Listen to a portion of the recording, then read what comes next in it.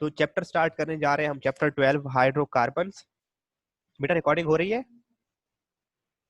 हाँ हो रही है। बेटा शाजिल, प्रीवियस चैप्टर में हमने सिर्फ इनकी डेफिनेशंस पढ़ी थी, हमने इनको डिटेल में नहीं पढ़ा कि अल्कीन है क्या, अल्कीन को कैसे किन मेथड से प्रिपेयर कर सकते हैं, अल्कीन्स के केमिकल रिएक्शन कौन से हैं, इनके यूजेस कौन से हैं। पिछले चैप्टर में हमने ओवरऑल ऑर्गेनिक कंपाउंड्स का पढ़ा था, इंट्रोडक्शन पढ़ा था। तो अब अल्केन्स में कार्बन कार्बन में सिंगल बॉन्ड होगा और इनका जो जनरल फार्मूला है वो आप लोगों को आना चाहिए, CnH2n+2 इनका जनरल फार्मूला।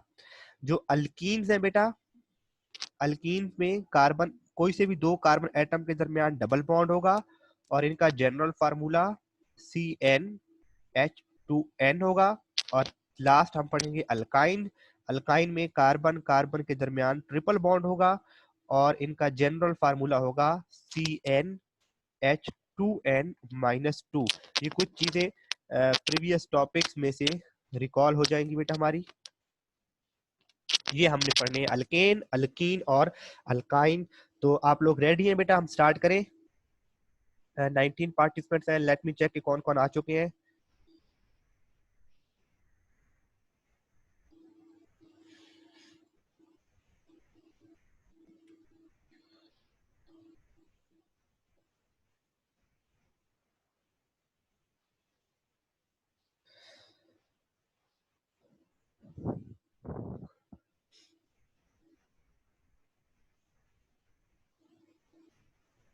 इंट्रोडक्शन बेटा मैं रीड कर रहा हूँ, अगर कोई चीज मार्क करने वाली आएगी तो मैं बता दूंगा, साथ साथ फॉलो करेंगे स्पॉटलाइट को।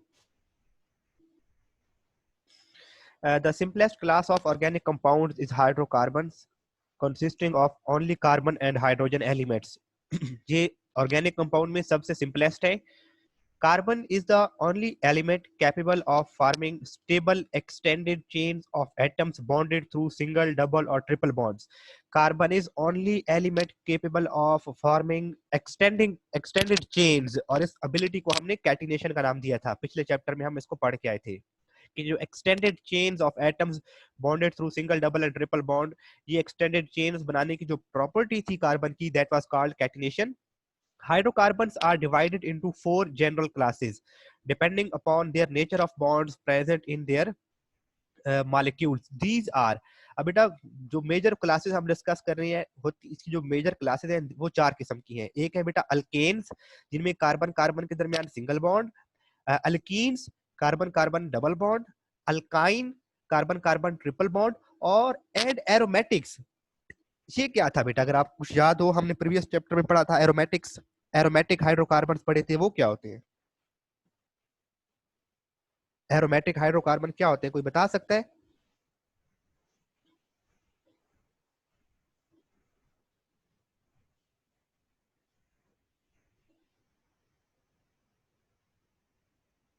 बेटा इनकी डेफिनेशन कैसे करेंगे? जी मोहम्मद शाजिल हमजा बेटा आपने ठीक बताया है। बिस्मा बेटा आप थोड़ा सा इसको एक्सटेंड करो, एरोमा से क्या मतलब?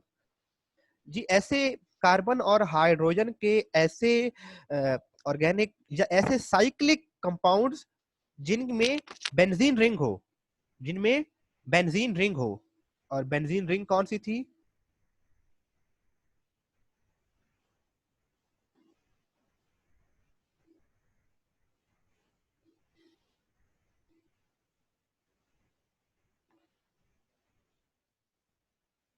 ऐसे ये भी कार्बन, सिर्फ कार्बन और हाइड्रोजन के ऑर्गेनिक कंपाउंड है, और इनमें क्या होता है, अल्टरनेटिव डबल बॉन्ड होते हैं, इन्हें कहते हैं, इसे कहते हैं बेंजीन रिंग। और अगर एक बेंजीन रिंग आ जाए किसी कंपाउंड में तो वो क्या कहलाता है? एरोमेटिक कंपाउंड कहलाता है बेटा। तो 4 किस्म के हम डिटेल में किनको डिस्कस करेंगे, अल्कीन, अल्केन और अल्काइंस को। एरोमेटिक्स इसकी फोर्थ ब्रांच है, इस चैप्टर में उसका इतना ज्यादा जिक्र नहीं होगा, लेकिन आपको मालूम होना चाहिए उसका। जी एरोमा का मतलब स्मेल होता है, और इनकी कैरेक्टरिस्टिक स्मेल की वजह से इन्हें एरोमेटिक कहा जाता है।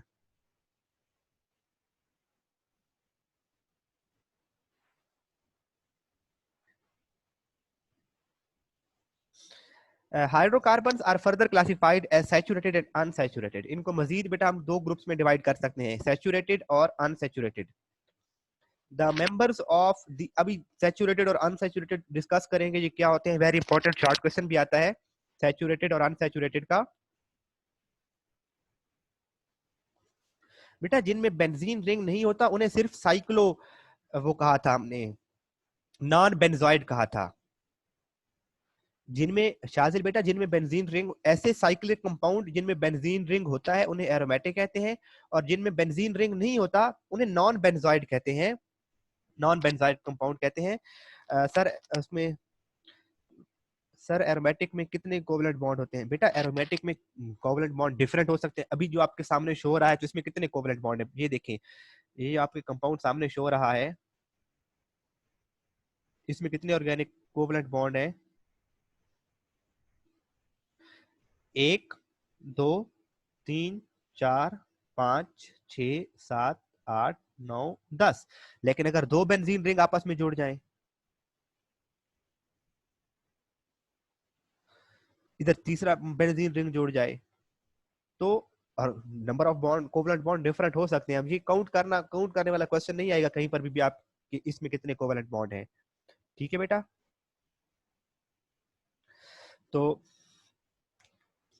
Hydrocarbons are classified into saturated and unsaturated. बेटा सैचुरेटेड और अनसैचुरेटेड का इंपॉर्टेंट शॉर्ट क्वेश्चन आता है, इनकी डेफिनेशन अभी मार्क करेंगे। सैचुरेटेड वो हाइड्रोकार्बन्स होते हैं जिनमें कार्बन एटम्स बाकी कार्बन एटम्स के साथ सिंगल बॉन्ड बनाता है, just single bond, carbon carbon के दरमियान अगर सिंगल बॉन्ड होगा तो सैचुरेटेड, और अगर कहीं पर भी कोई से भी दो कार्बन के दरमियान यानी कि एक और दो दो कार्बन एटम्स के दरमियान कहीं पर भी डबल बॉन्ड आ जाए या ट्रिपल बॉन्ड आ जाए, उन्हें कहते हैं अनसैचुरेटेड। इनकी अभी डेफिनेशन आएगी, मैं मार्क करवा दूंगा। The member of these classes have different chemical properties because of different nature of bonds present in them. तो सैचुरेटेड और अनसैचुरेटेड की प्रॉपर्टीज एक दूसरे से डिफरेंट क्यों होती है? Because they have different type of bonding. Single bond is different than double bond, and double bond is different than single and triple bond, and triple bond is different than other types of bonding. So the elements having different types of bonds have different chemical properties. However, their physical properties are similar because of the comparable electronegativities of carbon and hydrogen. इनकी physical properties में difference होता है लेकिन थोड़ा difference होता है। Thus, they are almost non-polar and insoluble in water. ये बेटा point याद रखने वाला है कि जो हाइड्रोकार्बन हैं they are almost non-polar and insoluble in water. ये non-polar होते हैं और पानी में dissolve नहीं होते। They dissolve readily in non polar solvent. जब पानी में जो चीज डिसॉल्व नहीं होती वो किस में डिसॉल्व होती है? नॉन पोलर में डिसॉल्व होती है। नॉन पोलर सॉल्वेंट कौन कौन से? Petrol, ether, benzene, carbon tetrachloride, chloroform, ये सारे क्या है? नॉन पोलर सॉल्वेंट्स हैं। They are gases and volatile liquids and their volatility decreases with the increase in molecular mass. ये जो हाइड्रोकार्बन है ये मोस्टली गैसेज होती हैं या वोलेटाइल लिक्विड्स होते हैं। वोलेटाइल लिक्विड का क्या मतलब है? वोलेटाइल का मतलब होता है बेटा ऐसा लिक्विड जिसको आप ओपन रख दो तो वो जल्दी एवापोरेट हो जाता है। ऐसे लिक्विड्स जिनके वेपर्स जल्दी बनते हैं, आसानी से बनते हैं, उन्हें कहा जाता है volatile. Their volatility decreases with the increase of molecular mass. लेकिन जैसे जैसे मॉलिक्यूलर मास बढ़ता जाता है यानी साइज बढ़ता जाता है मॉलिक्यूल का, तो वोलेटिलिटी कम होती जाती है। That is the reason low molecular mass hydrocarbon are gases at room temperature such as CH4, C2H6। जिनके लो मॉलिक्यूलर मास होते हैं उनके वो गैसेस हैं। Moderate molecular masses hydrocarbons are liquid, C6, H14 etcetera, while higher molecular mass hydrocarbon are solid। तो जो बेटा पहले वाले है ना हाइड्रोकार्बन्स, वो गैसेस होते हैं। पहले 3-4 गैसेस हैं, उसके बाद नेक्स्ट जो है वो 5-6 जो है वो लिक्विड्स हैं, और जो बिल्कुल 12 से हायर जिनमें 12 से ज्यादा कार्बन एटम्स आ जाते हैं वो क्या हो जाते हैं? सॉलिड हो जाते हैं। तो वजह क्या है बेटा? वजह ये है कि जैसे जैसे साइज इंक्रीज होता जाता है, अब 1 कार्बन वाला है, फिर 2 कार्बन वाला है, फिर 3 कार्बन वाला है, फिर 4 कार्बन वाला, 5 कार्बन। तो जैसे जैसे साइज बढ़ता जाता है बेटा, तो ओवरऑल जब साइज बड़ा होता जाता है तो जो इनके दरमियान एक मॉलिक्यूल और दूसरे मॉलिक्यूल के दरमियान इंटर मॉलिक्यूलर फोर्सेस हैं वो स्ट्रांग होती जाती हैं। तो जितना साइज बड़ा होता जाता है बेटा मॉलिक्यूल्स का, उनमें इंटरमॉलिक्यूलर फोर्सेस ज्यादा होती जाती हैं। तो जितनी इंटरमॉलिक्यूलर फोर्सेस ज्यादा होती जाती हैं, फिर वो चीज लिक्विड, और लिक्विड के बाद फिर सॉलिड होती जाती है। हाइड्रोकार्बन का कोई भी डेफिनेशन आएगी तो बेटा एग्जांपल लिखेंगे, उसमें बेशक कोई भी एग्जांपल लिख दें, इथेन, मीथेन, प्रोपेन, कोई सी भी एग्जांपल लिख दें हसन। एग्जांपल तो मस्त होती है बेटा। तो अब नेक्स्ट है बेटा कि फॉसिल फ्यूल्स आर हाइड्रोकार्बन्स। जो फॉसिल फ्यूल्स हम यूज करते हैं सारे ये एक्चुअली हाइड्रोकार्बन से ही मिलकर बने हैं। They are not only major source of energy but also the raw materials used to make thousands of consumer products. जितनी भी कंज्यूमर प्रोडक्ट्स हैं हम घरों में इस्तेमाल करते हैं, ये सारी ऑर्गेनिक कंपाउंड हाइड्रोकार्बन्स को ही यूज करके बनाई जाती हैं। रॉ मटेरियल हम पहले पढ़ के आए हैं पिछले चैप्टर में कि sources uses of organic compounds में हम ये सारी चीजें पढ़ के आए हैं कि रबर, प्लास्टिक, पेस्टिसाइड, कॉस्मेटिक्स की चीजें, मेडिसिन, ये सारी चीजें हाइड्रोकार्बन को यूज करके बनाई जाती हैं। Hydrocarbons are the starting materials for the synthesis of organic chemicals of commercial importance. These chemicals are essential for making plastic, synthetic rubber, synthetic fiber and fertilizer etc. तो ये सारी चीजें बनाने के लिए भी हाइड्रोकार्बन्स यूज होते हैं। तो यहाँ तक तो हमारा कोई भी चीज इंपॉर्टेंट अभी नहीं आई, जस्ट इंट्रोडक्शन है चैप्टर का। अब बेटा हाइड्रोकार्बन के ऊपर डेफिनेशन लिखेंगे, डिफाइन हाइड्रोकार्बन। शॉर्ट क्वेश्चन आ गया यहाँ से पहला हाइड्रोकार्बन का शॉर्ट क्वेश्चन कि hydrocarbons are those compounds which are made up of only carbon and hydrogen elements.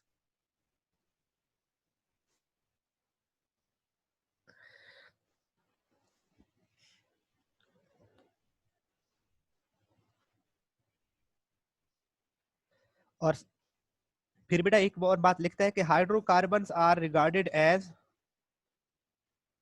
अच्छा इस यहां तक तो डेफिनेशन लिखेंगे ना बेटा, एक मिनट। हाइड्रोकार्बन की डेफिनेशन लिखी और साथ में आप लिख देंगे कोई सी भी एग्जांपल, ये एग्जांपल दे दें, ये एग्जांपल दे दें, या फिर ऐसे लिख दें कि there are two types of hydrocarbons, saturated hydrocarbons and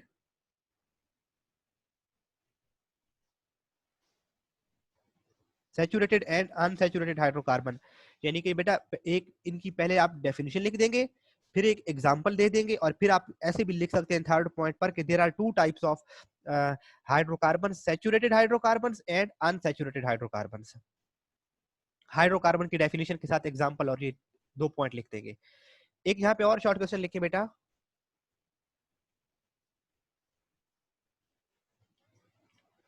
diagram बना दो बेटा तो अच्छा है, ज्यादा बेहतर है, वरना सिर्फ प्रोपेन और इथेन लिख दो तो भी काफी है। डायग्राम बना दोगे तो एग्जामिनर ये समझेगा कि इस बच्चे को स्ट्रक्चर याद है, तो ये कोई लायक स्टूडेंट है। नाम तो सब बच्चे याद रख लेंगे ना बेटा। अगर सिर्फ नाम याद रख लिख दोगे ना बेटा तो एग्जामिनर को यही लगेगा कि कोई भी ऑर्डिनरी बच्चा भी तो नाम याद कर लेता है, लेकिन जो स्ट्रक्चर याद कर लिखोगे तो ऐसा एग्जामिनर के माइंड में आपका पर्सपेक्टिव अच्छा बनेगा कि ये कोई ब्रिलियंट स्टूडेंट है जिसको अच्छे से स्ट्रक्चर्स भी याद है। लेकिन स्ट्रक्चर तब बनाए जब बेटा आपको गलती का चांस ना हो, 100% श्योर हो तो स्ट्रक्चर बनाए, अदरवाइज जस्ट नाम लिखते तो भी काफी होगा। एक और यहाँ पे बेटा क्वेश्चन लिखेंगे,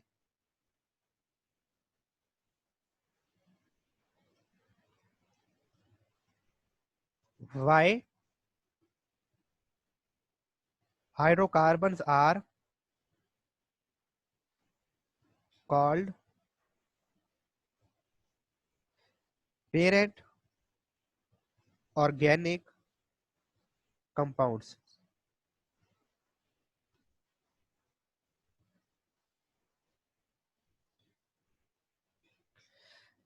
क्वेश्चन लिखेंगे बेटा why hydrocarbons are called parent organic compound. Hydrocarbons को पेरेंट ऑर्गेनिक कंपाउंड क्यों कहते हैं बेटा? इसीलिए इनको पेरेंट ऑर्गेनिक कंपाउंड कहा जाता है क्योंकि बाकी जितने भी ऑर्गेनिक कंपाउंड है वो इनसे डिराइव होते हैं। अब अल्कोहल कैसे, अल्कोहल क्या था बेटे? अब सपोज हम अल्कोहल की एग्जांपल लिखते हैं, अगर CH3CH3, ये इथेन था, इसका एक हाइड्रोजन रिमूव हुआ, उसकी जगह पे क्या लग गया OH, तो क्या बन गया अल्कोहल। तो अल्कोहल किससे बना? इन्हीं हाइड्रोकार्बन से बना, अल्केन से बना। तो इसका आंसर बेटे मैं ऊपर के पैराग्राफ पे मार्क कर रहा हूं ब्लैक कलर से कि hydrocarbons are regarded as parent organic compound because other organic compounds are considered to be derived from them by the replacement of one or more hydrogen atoms by other atoms or group of atom। तो उनका एक hydrogen या एक से ज्यादा hydrogen और चीजों से, एटम से जब रिप्लेस होता है तो डिफरेंट ऑर्गेनिक कंपाउंड बनते हैं, इसीलिए हाइड्रोकार्बन को ऑर्गेनिक पेरेंट ऑर्गेनिक कंपाउंड कहा जाता है। क्लियर है बेटा? ये दो क्वेश्चन हो गए हमारे, हाइड्रोकार्बन की डेफिनेशन हो गई और why hydrocarbon are called parent organic compound. Clear है बेटा यहां तक?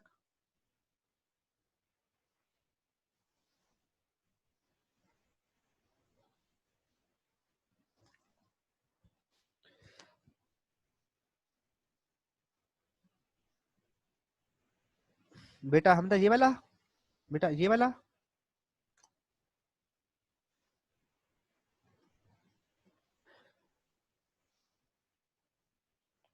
बेटा ये मैं बता रहा था। अच्छा मैं ये इसी का पार्ट है, मैं ये सारा दोबारा बताता हूँ।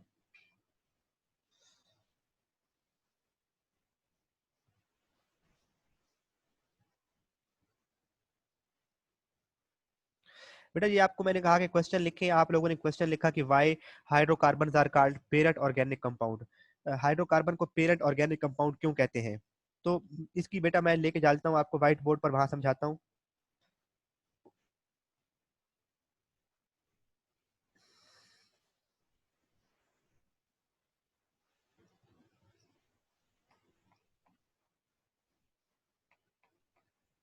ये क्या है बेटा?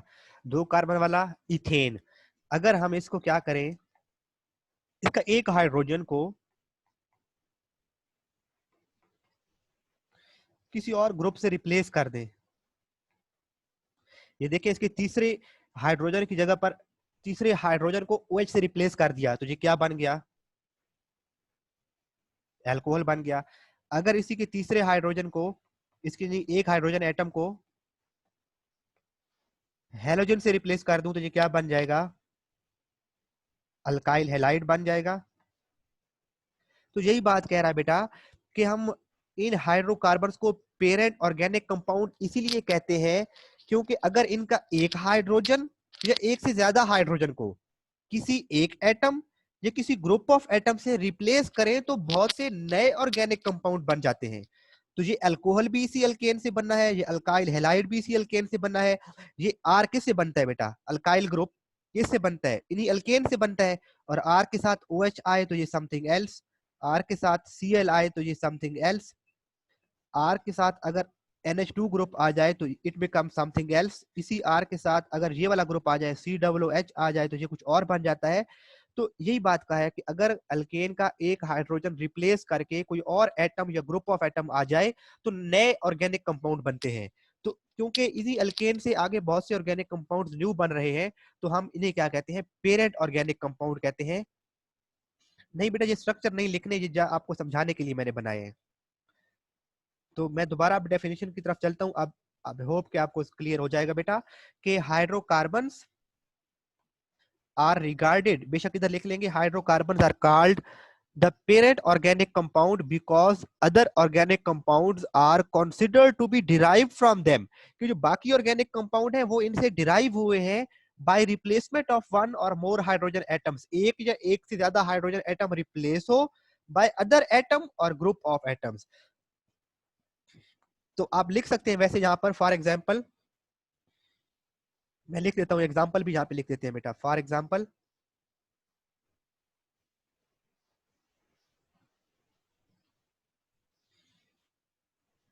alcohols,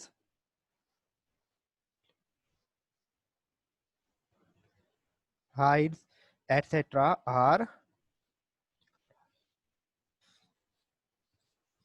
are derived from hydrocarbons।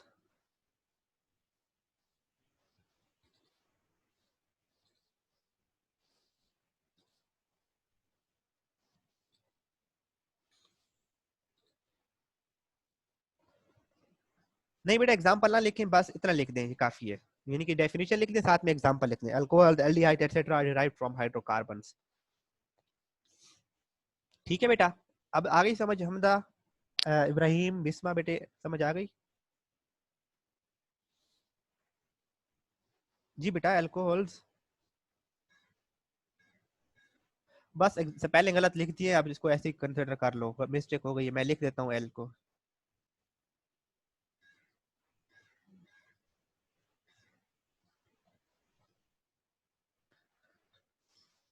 जी बेटा अल्कोहल है, स्पेलिंग में थोड़ी सी मिस्टेक हो गई है, कोई बात नहीं। चले नेक्स्ट की तरफ चलते हैं बेटा कि अब टाइप्स ऑफ हाइड्रोकार्बन्स हैं।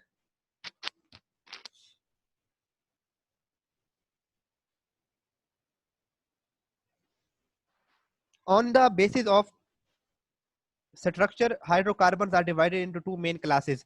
एक बेटा ओपन चेन हाइड्रोकार्बन्स और एक हम आगे इसको डिस्कस करेंगे क्लोज चेन हाइड्रोकार्बन्स। तो पहले ओपन चेन को डिस्कस करते हैं। There are many compounds in which the first and the last carbon are not directly joint together. The open chain of carbon may be straight और branched. तो open chain hydrocarbons को हम पहले भी पढ़ के आए हुए हैं बेटा कि जिनमें पहला और आखिरी कार्बन एक दूसरे से फ्री हो, वो स्ट्रेट चेन हो सकता है या ब्रांच चेन हो सकता है। स्ट्रेट चेन की एग्जांपल एन ब्यूटेन और उसने ब्रांच चेन की एग्जांपल दी है आइसोब्यूटेन।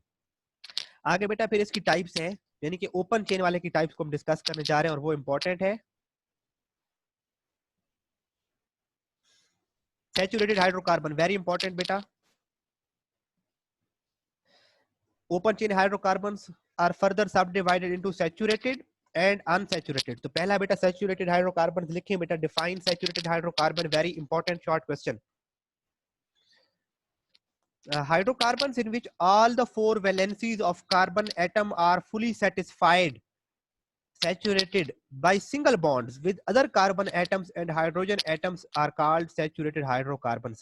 ऐसे हाइड्रोकार्बन बेटा जिसमें कार्बन बाकी कार्बन एटम्स के साथ या फिर हाइड्रोजन एटम्स के साथ सिंगल बॉन्ड के थ्रू अपनी वैलेंसीज को सेटिस्फाई करे, उन्हें कहते हैं सैचुरेटेड हाइड्रोकार्बन्स।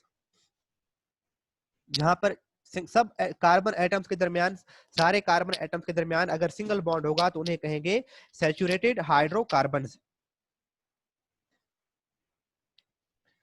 और saturated hydrocarbons are also called alkanes. और सैचुरेटेड हाइड्रोकार्बन्स को क्या कहा जाता है? अल्केन्स। और इसकी एग्जांपल यहां से बेटा इथेन, मीथेन, प्रोपेन आप लोगों ने अच्छी तरीके से याद की हुई है।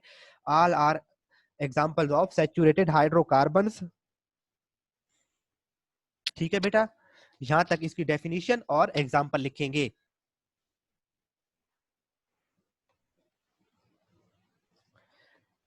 इसकी समझ आ गई बेटा सैचुरेटेड हाइड्रोकार्बन की?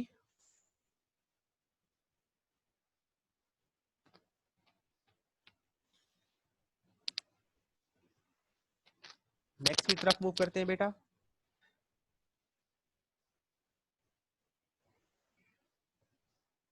ये अब देखें, इसमें स्ट्रक्चर बनाए भी है हमारी आसानी के लिए, ये जस्ट समझने के लिए। देखें कार्बन के सारे कार्बन और हाइड्रोजन के दरमियान सिंगल बॉन्ड, यहाँ पर भी कार्बन और सब हाइड्रोजन के दरमियान सिंगल बॉन्ड, यहाँ पर भी सारे सिंगल बॉन्ड है, ब्यूटेन के अंदर भी सारे सिंगल बॉन्ड है। तो ऐसे हाइड्रोकार्बन जहां पर कार्बन कार्बन एटम्स के दरमियान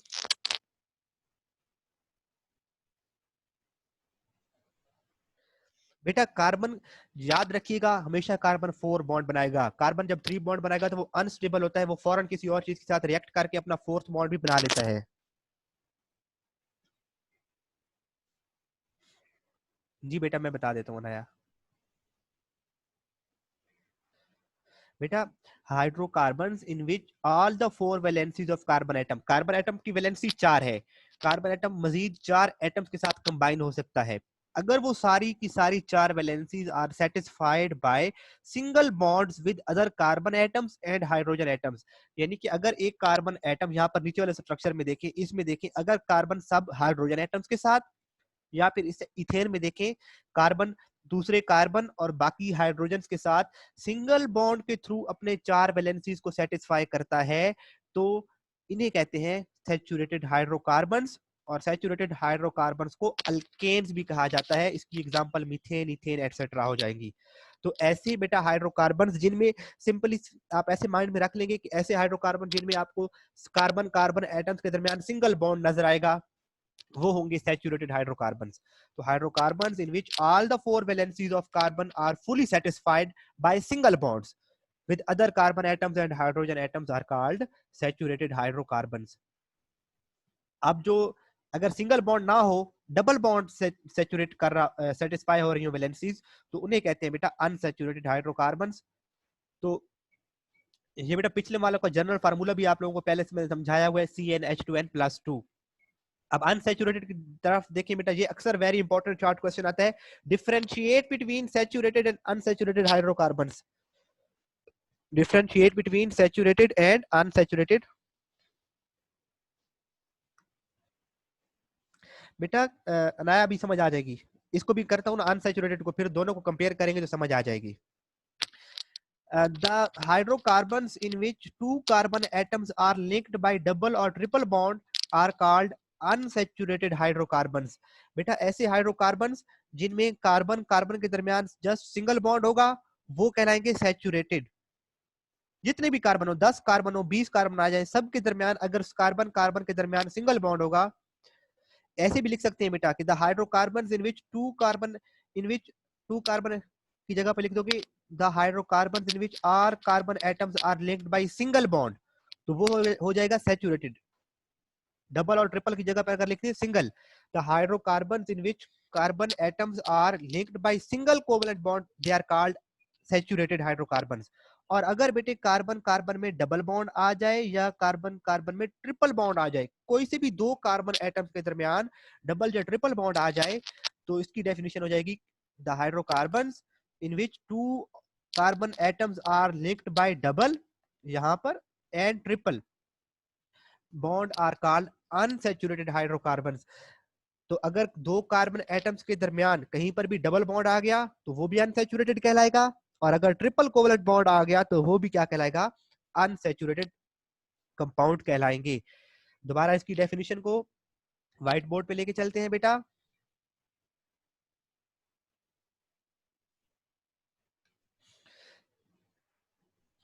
अगर कार्बन सारे कार्बन एटम्स के साथ बेटे और बाकी हाइड्रोजन के साथ सिंगल बॉन्ड के थ्रू अपनी वैलेंसीज को सैचुरेट कर रहा है, अपनी वैलेंसीज को सेटिस्फाई कर रहा है, तो वो होगा सैचुरेटेड। और अगर कोई सी भी दो कार्बन एटम्स के दरमियान बेटे डबल बॉन्ड आ गया,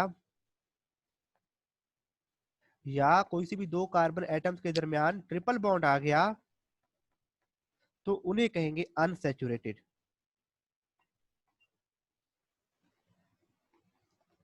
अभी इस बात को माइंड से निकाल दो कि हमने डेफिनेशन क्या मार्क की है। अभी जस्ट मुझे ये बताओ बेटा, यानी कि डेफिनेशन हमने जो भी मार्क की उसको छोड़ दो, मुझे सिर्फ इतना बताओ कि ये कॉन्सेप्ट क्लियर हो रहा है कि जहां पर कार्बन एटम्स के सब कार्बन एटम्स के दरमियान सिंगल बॉन्ड होगा that will be called saturated, और अगर कहीं पर भी दो कार्बन एटम्स के दरमियान डबल बॉन्ड या ट्रिपल बॉन्ड आ गया तो उसे कहेंगे अनसैचुरेटेड। ठीक है बेटा, ये सैचुरेटेड और अनसैचुरेटेड का कॉन्सेप्ट क्लियर हुआ है। डेफिनेशन की वर्डिंग को माइंड से निकाल दो अभी। Bisma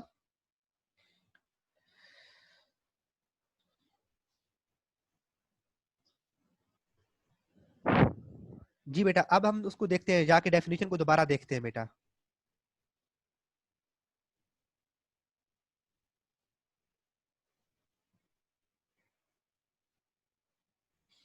The hydrocarbons in which all four valencies of carbon atom are fully satisfied by single bond, बेशक इसको लफ्ज को छोड़ दोगे, all four valencies of carbon atom are fully satisfied by single bonds with other carbon atoms and hydrogen atoms। यानी कि वो देखे ना, यहाँ पर ये सारे दूसरे हाइड्रोजन के साथ भी सिंगल बॉन्ड बना सकता है और दूसरे कार्बन के साथ भी सिंगल बॉन्ड बना सकता है। तो with other carbon atoms and hydrogen atoms are called saturated hydrocarbons, तो इन्हें कहते हैं सैचुरेटेड हाइड्रोकार्बन।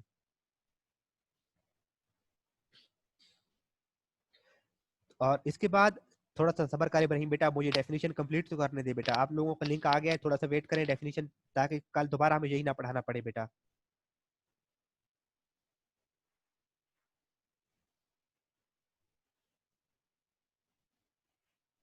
उसके बाद बेटा, unsaturated the hydrocarbon in which two carbon atoms are linked by double और triple bond are called unsaturated hydrocarbons.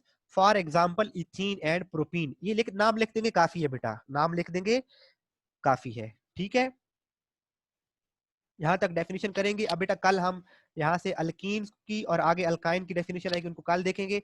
अभी आप लोगों ने जो क्वेश्चंस किए बेटा, हाइड्रोकार्बन की डेफिनेशन की है, why hydrocarbons are called parent organic compound. Saturated और अनसैचुरेटेड हाइड्रोकार्बन्स की अलग अलग डेफिनेशन पेपर में आ सकती है, या फिर differentiate between saturated and unsaturated short question आ सकता है। तो ये बेटा हमारा आज का टॉपिक था। आई होप कि आपको क्लियर हो गया होगा बेटे। इसको घर में अच्छी तरीके से देखें, अगर कहीं पे कंफ्यूजन होती है तो आप दोबारा भी पूछ सकते हैं। अगर बेटा हमदा स्ट्रक्चर आपको बिल्कुल अच्छे से याद है तो बेशक स्ट्रक्चर बना दें, वो बहुत अच्छी बात होगी। अगर स्ट्रक्चर नहीं भी बनाएंगे तो नाम लिख देंगे तो भी काफी होगा। ओके बच्चों।